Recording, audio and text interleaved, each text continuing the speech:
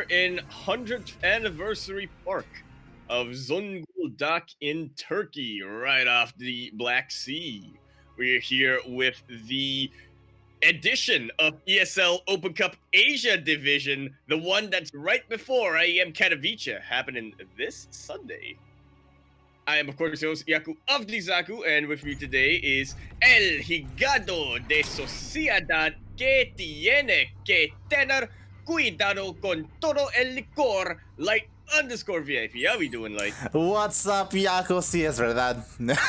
it's a problem. It's a problem. But yes, we are back with ESL Open Cup Asia, and of course, we had to cast one of our boys. Of course we do. Not just one, but two of them. As we start things off here on Defora LE, bottom right-hand corner map, starting all the way in the bottom right-hand corner. Purple Protoss player coming down from the land of Korea. He is representing NV Gaming. His opponent had a pretty good run in tournaments throughout the weekend, but now he's here. He's gonna be NightMare. And spawning in the top left, but also obviously the bottom left-hand corner of Death Aura LE, we have one of Yakuzaku's countrymen. He is hailing from the land of Singapore, the Blue Terran. It is Hiro.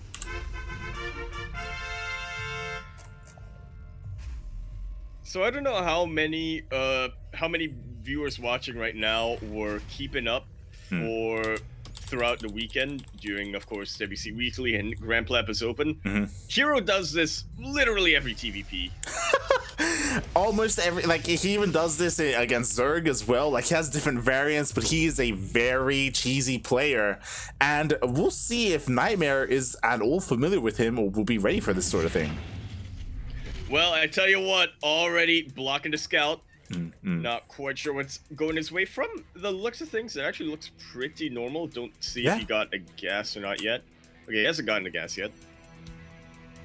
Like, what's important is that because NightMare didn't get up into the main base, like, he didn't get to see like the SCV counts or the gas counts or anything in the main. As you said, because of the wall off, it looks pretty normal. That it does. So I tell you what doesn't look normal. Going for a Marine first in a TVP, and I'm hoping that's ringing some alarm bells here for NightMare. Double Marines, no less.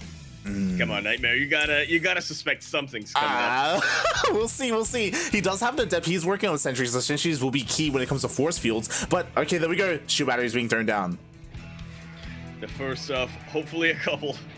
Getting quite a few of them this early on to deal with Marines. Now, I do like that he's going for the Adept. Much easier to scout off of it this early on. Who knows, maybe he might also just send a Haluk across the map with his sentry, or try to. Yeah, it's possible. It's definitely possible. I mean, he runs into 3 Marines. Again, like, this is very suspect. Tries to go all the way into the main, but the wall is a wall, and I'm just waiting for Hiro to pull the trigger. The longer this goes on, the better it's going to be for NightMare. The shield battery did finish up. He will have overcharge available.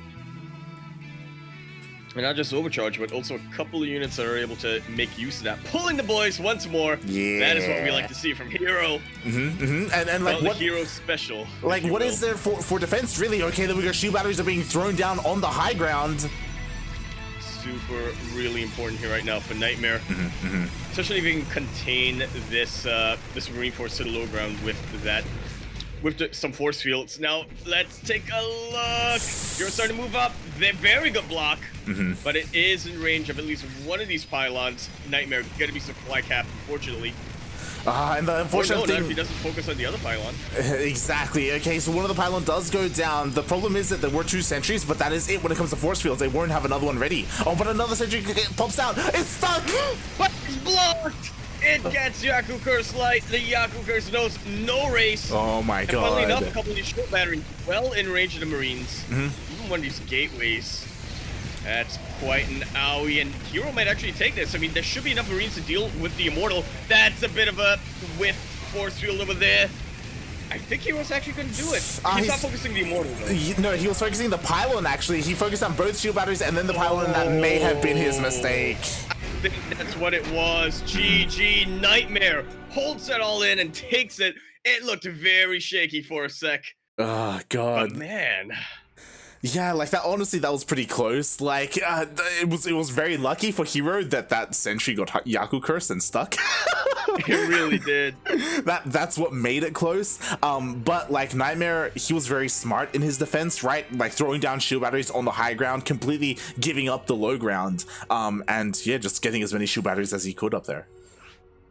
Yeah, pulling the boys at absolutely the right time. I mean, it looked very dicey for him. There were a lot of Marines that Hiro had, and for defense, the units that NightMare had to fight back was an Immortal, which, sure, they're very beefy, but they don't actually do much damage against Marines, right? Yeah. A single Adept and a couple of Sentries. But, as we saw, Hiro just decided to focus the shield batteries, which I get the logic behind, you know? You want to make sure that your opponent's not going to be able to battery overcharge. It's going to be pretty much going to be the end of your aggression once they do. And when you're as all in as Hiro, you need to minimize that as much as you can. But he neglected taking out the army for way too long, and that was his downfall. To be fair, the first shield battery that he focused down was an overcharge one, so that made the most sense. Oh, okay. Yeah, as overcharge was used there in the defense, but we are getting into game 2. We are getting into game number 2, and place your wagers, guys. How many racks is Hiro gonna get? But for now, we're starting things off on Romanticide LE for standing for Lovers. That was just yesterday. Encyclopedia. That's for you to figure out. Here in the bottom right-hand corner of the map, starting all the way in the bottom right-hand corner of the map, the purple Protoss player looked a little dicey, but man, is he confident on the defense. He is representing Team NV. He is your NightMare. His opponent's NightMare, I should say. There we go, and spawning in at the top left-hand corner of Romanticide LE, we have the Singaporean Terran player going down in the first game, but that's not going to stop him from trying once again. We have the Terran, he's blue, he is Hiro.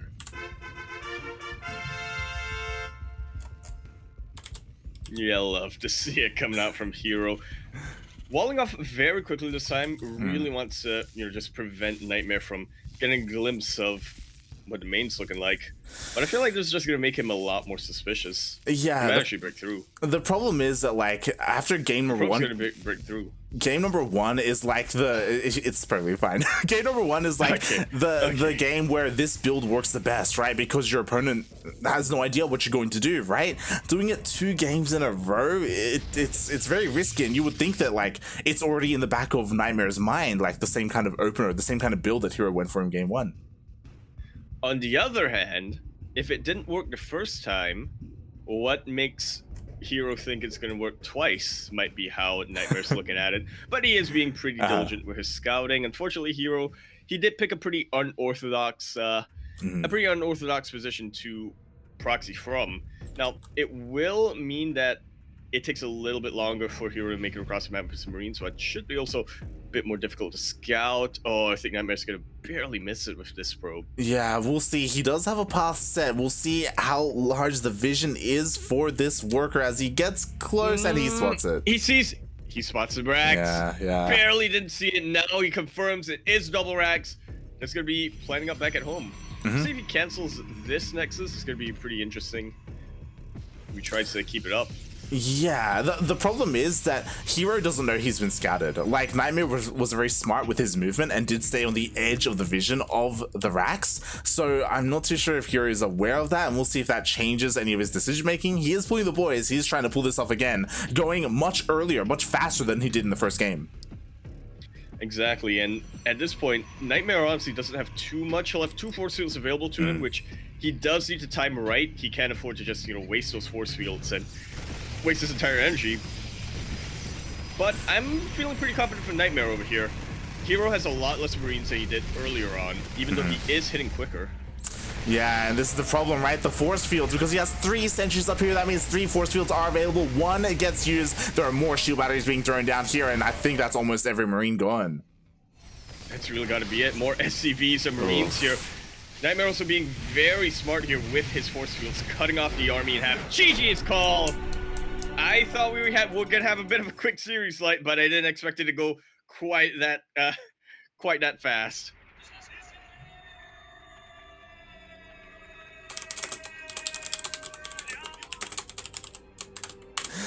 GG, well played. Hiro, like he did well. Like game number 1 was so close, but again, trying to do the same opener against a player like NightMare, like again, there's a reason why NightMare is a Code S player, GSL player, and yeah, he shut it down so easily in game 2.